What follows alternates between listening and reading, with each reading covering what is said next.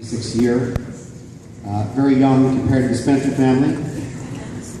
We want to thank you, we want to thank Lord Spencer, and Lord Spencer is going to have a few words, take a few questions after if you have some.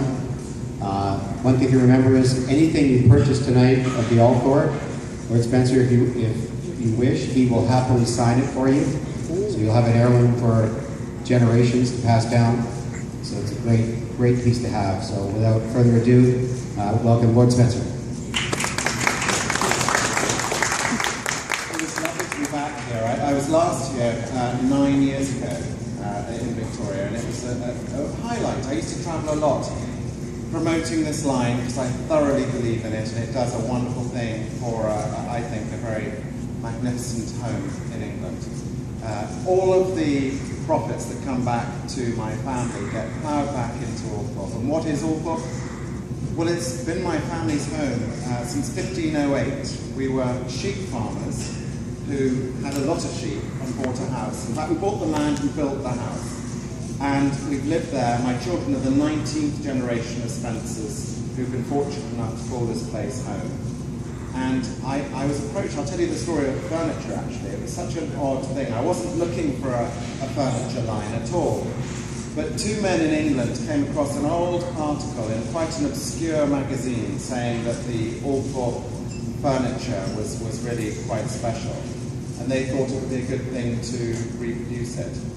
And I said, well, if you can find the right people, I'm happy to give it a go. And they presented one firm, and I wasn't entirely confident they would do a good job. And then I was lucky enough to fall into the hands of a rather magnificent man called Paul Maidensmith, who owned Theodore Alexander, one of the great manufacturers of furniture. And he's very eccentric. I was talking to him, we were sitting next to each other at lunch, and he started drawing furniture designs on my napkin. But despite this, we got on very, very well, and he convinced me that he was towards the end of his career, and he wanted to go out on a swan song of a really premium line furniture display, and he said that this was it. And he wandered around and said, could he have a look around the house? And he went with his design vice president, and they reappeared 3 days later with 10,000 images on their camera of things they wanted to work with. And what you're standing around and maybe sitting on right now is the result of that chance meeting 12 or so years ago. And I just feel so lucky that this fell into my lap, because I took on Althorpe. It was in a reasonable state, but all of these very, very old historic houses have things that need doing to them. And I have so far, I took over in 1992, I've redone the roof, the exterior, the heating, the plumbing, the security system, and lots else. And it's been, actually I've redecorated each of the 90 rooms as well.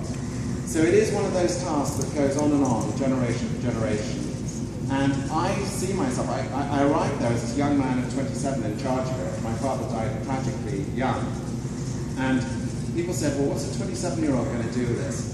But of course, when you're 27, you don't realise you're young at all. So I've just ploughed in with energy and no knowledge, and relied on very interesting people. England's full of these experts who can help you with everything. But at the end of the day, it comes down to instinct.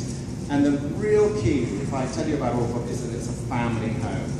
There's so few of these historic houses left in England that haven't either been squandered, pulled down. I believe there's one between the wars that was rented, was actually bought by an American film studio just to blow up for a film scene. So Althorpe is one of really, probably not a handful, but not very many that's not in a charitable status or a government body. It's purely a family home. And when I say family, I come from quite a big one. I have 7 children, which I always think is not bad for Protestants. And they love this place as much as I do.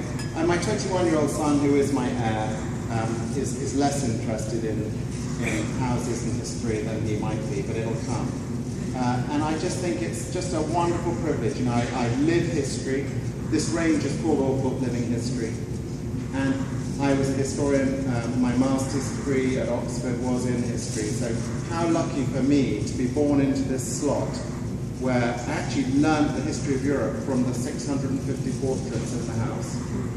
And I love every element of the history part of it. The furniture, every piece has a history behind it. My grandfather lived at Althorpe he was in charge from 1922 until 75. And he's the real hero of the story, because he lived through the 50s, 60s and 70s where his income tax rate was 98%. But fortunately for me, he didn't throw in the towel, he kept going. And because he's really, by instinct, he was an academic, he decided he would research. We have a huge room full of family records going back to 1500. He looked up every piece of furniture that's around you today, and he basically found out who made it, what it cost, where it was made, where it's been repaired, if it had been repaired, and who did the job. So we know every single thing about these pieces of furniture. A lot of them were actually commissioned by my family, and I suppose they were incredibly lucky that they had the wherewithal to go to the prime European craftsmen at the time and have things made to their direction. And somebody said to me earlier, how come it's ended up with these pieces? And I think really, if you look at any of these pieces in this collection, none of them are jarring. They're very easy on the eye, they're very classical. And I think part of this is just the fact that they've been the possession of one family continuously down the line.